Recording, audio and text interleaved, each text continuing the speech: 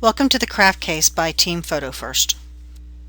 Kraft Foods' past corporate strategies include a strategy of acquisitions, mergers, and spinoffs beginning in 1903 when J.L. Kraft began operations in Chicago on a horse-drawn wagon, to acquiring a cheese factory, to new products, and then the acquisition of Kraft by Philip Morris Companies, who was focused on diversification. Philip Morris acquired General Foods and Nabisco until it wanted to lessen its asset exposure to litigation, so they divested in non-tobacco businesses. Kraft became independent once again in 2007. After Kraft's independence, their strategy involved to focus on their weaknesses by improving its geographic mix, sector mix, and channel mix. They wanted to increase geographic mix to increase sectors like snack foods, cookies, and confectionaries, and to increase channel mix by doubling convenience store sales. Between 2007 and 2011, Kraft Foods sold off or spun off many separate brands, including Post Cereal and North American Frozen Pizza. They acquired Cadbury. Even though the food processing capabilities of some of these food-based businesses are different, creating a need for different factories, manufacturing, and supply chains, the marketing, sales, distribution, and customer support can utilize the same capabilities. In 2012, Kraft spun off to continue in North America, while Mondelez International would continue globally. Even though Kraft Food Group has been around since 2012, its company heritage is over 100 years old. Shelby will now review Kraft's long-term industry attractiveness. Thanks, Jeanette. In 2011, the beverage industry had $20.8 billion in revenue and an annual growth rate of 3.7%. The bargaining power and rivalry among competitors is high in the beverage industry. Consumers mainly buy bottled beverages when they have disposable income. The threat from substitute products and new entrants is medium, while the bargaining power of suppliers is low. In 2011, annual revenues in the dairy industry were $104.5 billion, and an annual industry growth rate is 5.8%. The bargaining power of buyers is high because the industry is dependent on the demands of the consumer. The rivalry among competitors and threat from new entrants is medium, while the bargaining power of suppliers and the threat from substitute products is low. In 2011, the convenient meals industry had revenues of $28.6 billion with an annual industry growth rate of negative 0.9%. The threat from substitute products and bargaining power of buyers is high. The products must be priced competitively to survive. The rivalry among competitors, threat from new entrants, and bargaining power of suppliers is medium. The grocery industry had $138.8 billion of revenue in 2011, with an annual industry growth rate of 1.4%. The rivalry among competing sellers is high. Companies must be able to adapt to remain competitive. All other forces are medium. In 2011, annual revenues in the snack industry were $15.6 billion, and the annual industry growth rate is 1.4%. The threat from substitute products and bargaining power of buyers is high, and demand is dictated by the consumer. The rivalry among competitors, threat from new entrants, and bargaining power of suppliers is medium. Overall, the cheese industry and grocery industry have high attractiveness. The beverage industry and snack industry have medium attractiveness. The convenient meals industry is low attractiveness. Now I give you over to Kevin, who will talk to you about competitive strengths. Thanks for that. Now we will turn our attention to Kraft Foods' competitive strengths assessment by industry segment. As you can see, overall Kraft must be extremely competitive, with having their products in 98% of North American households. We need to further analyze this to understand what, if any, business segments Kraft demonstrates weaknesses in, and understand the full picture. Kraft Beverages competes in many subsegments of the beverage industry as noted above. The one major subsegment where they do not compete is carbonated drinks and sodas. You will understand this importance in a moment. What we see in this competitive strengths assessment is that Kraft competes with companies highlighted in yellow. The Cokes and Pepsis of the world are market leaders in sodas and carbonated drinks. However, Kraft does not compete in the carbonated drinks arena. Therefore, we see that companies that they are true competitors with are Campbell and Dr. Pepper Group. And based on the competitive strengths assessment, they lead in all key success factors in this group. They should continue to persevere in this industry as consumers' health choices change. They should continue to gain market share and be financially rewarded. Kraft Foods is very competitive in the cheese industry, with Philadelphia cream cheese as well as their assortment of processed cheeses leading in many areas. Based on the competitive strengths assessment conducted on this industry, Kraft dominates in all key success factors. By having considerable market share and great brand recognition, there is not too much Kraft can do to improve on this industry. Kraft should continue to invest in healthier products to market to consumers, as well as invest in product innovation, research, and development. Convenient meals is a food industry that is relatively new compared to some of the other Kraft industries they compete in. Even though they have not competed in this industry for too long, we can see that Kraft has some great strengths with brand recognition and product differentiation. One thing Kraft should attempt to do is create a strategic plan to steal market share from their competitors like General Mills and Conagra. Kraft is very competitive in the grocery industry with longtime favorites like Kraft Mac and Cheese. Kraft's main competitors in this industry are General Mills and Conagra. With strong brand recognition, they should be able to take the fight to these competitors to gain market share and improve their financial position. Kraft also needs to innovate and create new products and be able to do this in an expedited manner to compete with the market leaders. When we think of Kraft foods, we think of snacks and the foods that we ate as children. In this industry, Kraft is a major competitive force. However, they do have a lot of work to do in order to become the market leader in this industry. Kraft lacks the product innovation and the financial resources that their competitors have. By creating new and exciting products, we feel that will help the financial position of Kraft in this industry. International and food service is an amalgamation of sorts. Combining their products and processes to produce recipes that cater to this industry is challenging, but proves to be very rewarding for Kraft as competition is relatively weak. Kraft dominates in this international and food industry with a competitive strength score of 7.45, almost double and triple their competitors respectively.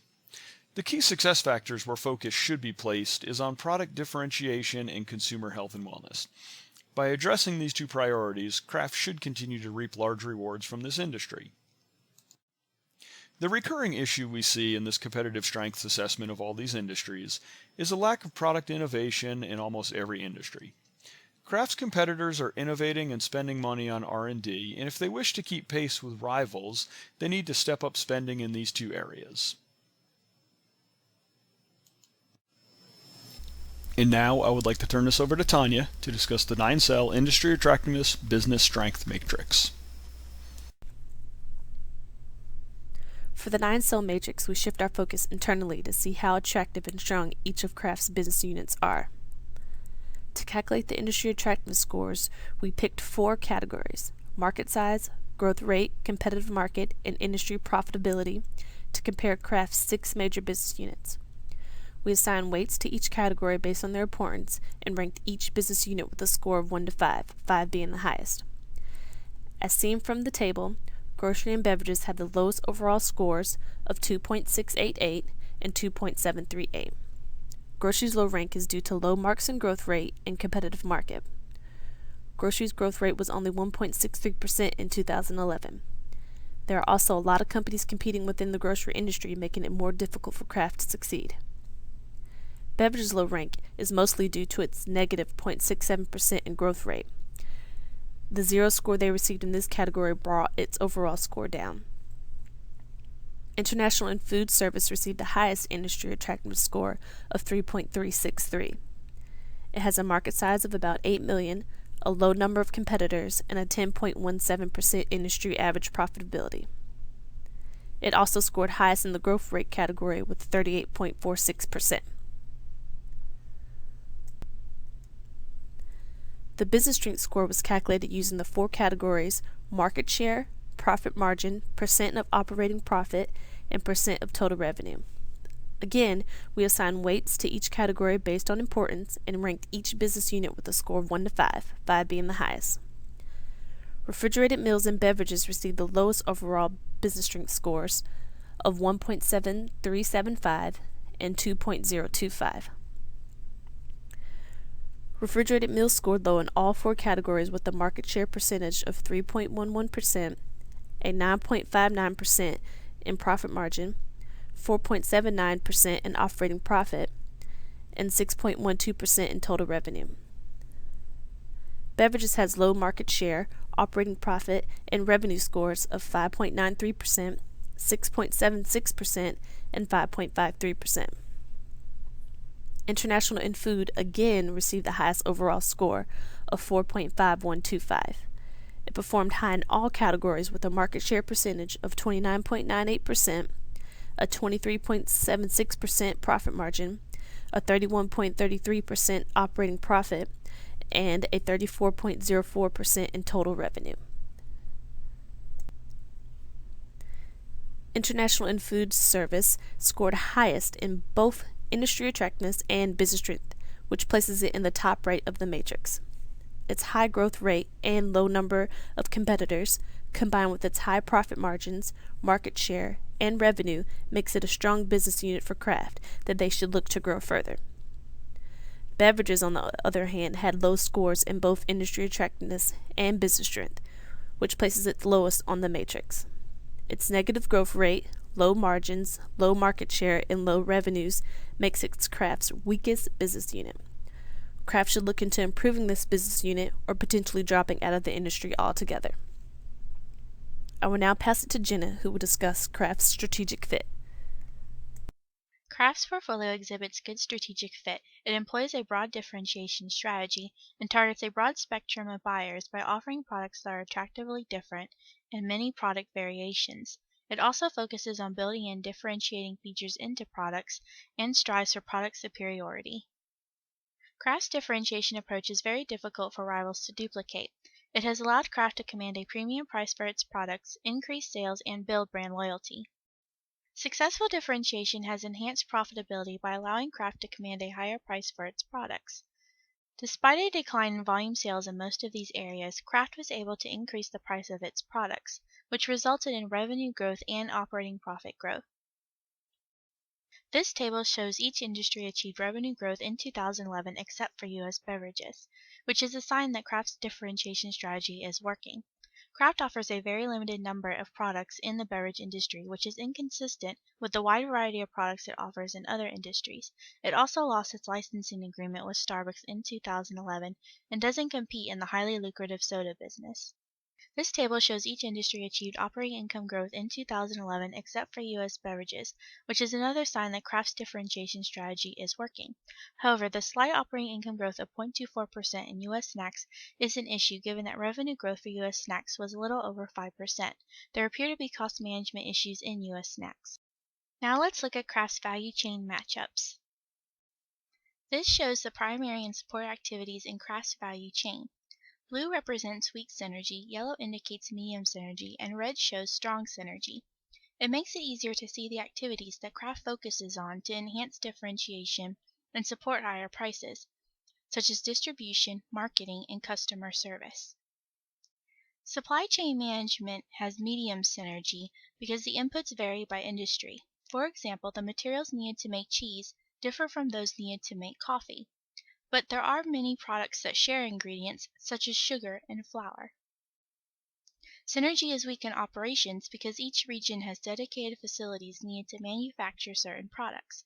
For example, processes involved in manufacturing crackers greatly differ from those involved in producing chocolate or cheese. Product research and development supports the primary activities in Kraft's value chain. Kraft has 15 new product development centers, but hasn't created any new successful products in years.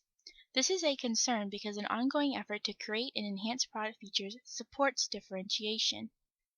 A profit margin component is included on the far right of the table. It's important to look at profit margin along with the value-creating activities because the company can't survive long unless it delivers customer value profitably. U.S. beverages and U.S. snacks both had fairly high profit margins in 2011, but in terms of growth, the profit margin for U.S. beverages declined significantly, and the profit margin for U.S. snacks grew only slightly. In contrast, U.S. convenience meals, Canada and North America food service, Kraft Foods Europe, Kraft Foods developing markets all achieved significant profit margin growth. As previously mentioned, Kraft Foods has acquired various companies that fit its value chain, such as Cadbury. Even though the food manufacturing processes may be different, there can be common elements in terms of marketing, distribution, and customer support that can be incorporated into Kraft's value chain to further enhance differentiation and support price increases. Now let's look at options for skills transfer, cost sharing, and brand sharing. Kraft has created a performance-driven culture by improving the skills and knowledge of its employees. It should encourage employees to share ideas that will drive innovation and help it differentiate its products, and share ideas that will improve performance in U.S. beverages and U.S. snacks, its two weakest industries. For example, workers in different but similar facilities can share knowledge about different manufacturing processes that have increased efficiency or marketing strategies that have increased product sales. Kraft should look at the value-creating activities in its value chain to identify cost-sharing benefits, particularly activities that will benefit its declining or slower-growing industries, such as U.S. beverages, snacks, cheese, and grocery. For example, it can look for strategic suppliers that will cut procurement costs to generate savings, or it can use cross-promotions to boost sales of more than one brand. Kraft should take advantage of its power brands, such as Kraft Macaroni and Cheese, to further enhance differentiation. Other products offering attractive growth include Cadbury chocolate and processed foods in Latin America and Asia. For example, it could pair Cadbury chocolate with Philadelphia cream cheese to create a new snack and then promote this snack in Latin America and Asia. There should also be an ongoing effort to improve consumer health and wellness because consumers have become more health conscious in every industry in which Kraft Foods competes. Now Jeanette will discuss our evaluation of Kraft's corporate strategy. Kraft's strategy has seen growth through acquiring other food-based businesses, diversifying into related businesses for strategic fit, economies of scope, and competitive advantages. Now they are in a mature market, as seen by their slow growth. Although many of the brands are operating in slow growth markets, Kraft's commitment to increasing the top line while keeping the bottom line in check and increasing shareholder values allows for them to be highly competitive in their industry as shown by their high profit margins. The extensive resources Kraft has and the high market share give Kraft an edge over the competitors. Despite competing in a mature market with slow growth, Kraft has been able to steadily improve revenues and control costs, which has resulted in high margins over the years. The company will continue to be successful in the future if it can maintain this profitability and continue to grow revenues. If Kraft Foods wants to gain a foothold in the growing global snacking market, it could combine U.S. snacks with Kraft Foods Europe and Kraft Foods developing markets in order to focus its resources on a narrower product mix, which might increase sales and help reduce costs. Thanks, Jeanette. In 2012, Kraft will split into two companies, Kraft Foods Group and Mondelez International. As this shows, Mondelez takes over U.S. snacks, Kraft Foods Europe and Kraft Foods developing markets. The objective is to make Mondelez a high-growth global snacks business and create a high-margin North American grocery business. Mondelez has 53% more sales volume than Kraft Foods Group, but lower margins. Kraft Foods Group has higher margins, but is banking on price increases. But with rising goods pricing, Kraft Foods Group may have to pass these costs on to the consumer and have lesser margins. The entities under Kraft Foods Group might have been providing cash for the entities now under Mondelez. It is uncertain where Mondelez will receive its cash for growth after the split. As to how the split will benefit Kraft shareholders, if an investor wants dividends, then Kraft Foods Group would be attractive because it has slow growth but high margins, whereas Mondelez would be able to offer increasing stock prices due to its high growth but low margins. Now Tanya will discuss our recommendations to improve Kraft's performance and shareholder value. With the previous analysis in mind, we recommend the following to Kraft Foods. They should pay down their loans in order to improve their debt ratios. This will increase the company's credit grade as well as increase the attractiveness to shareholders. Kraft should also look into merging or acquiring competitors to gain market share. This will decrease the competition in their very competitive business sectors, such as the grocery industry. Kraft should focus on lowering their fixed costs in order to gain efficiencies and greater operating profits. Currently, they produce limited items in each regional manufacturing center. If they can optimize their manufacturing in these facilities, it will help to spread their cost over a greater number of products. Focus should also be placed on commodity hedging. Over the course of 3 fiscal years, their commodity prices increased by $3.6 billion. Kraft also needs to focus on increasing their dividends in order to appease their stockholders and drive the stock price higher. Over the previous 3 fiscal years, the dividend has fluctuated, and this needs to be stabilized in order to gain investor confidence in Kraft Foods.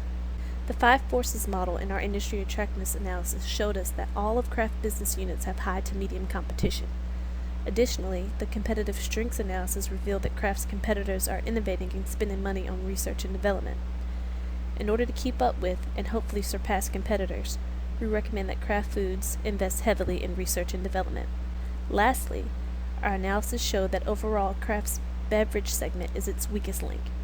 The 9-cell analysis exposed its low margins, low market share, and low revenues, while the strategic fit analysis revealed that the beverage unit doesn't match well with Kraft's current differentiation strategy.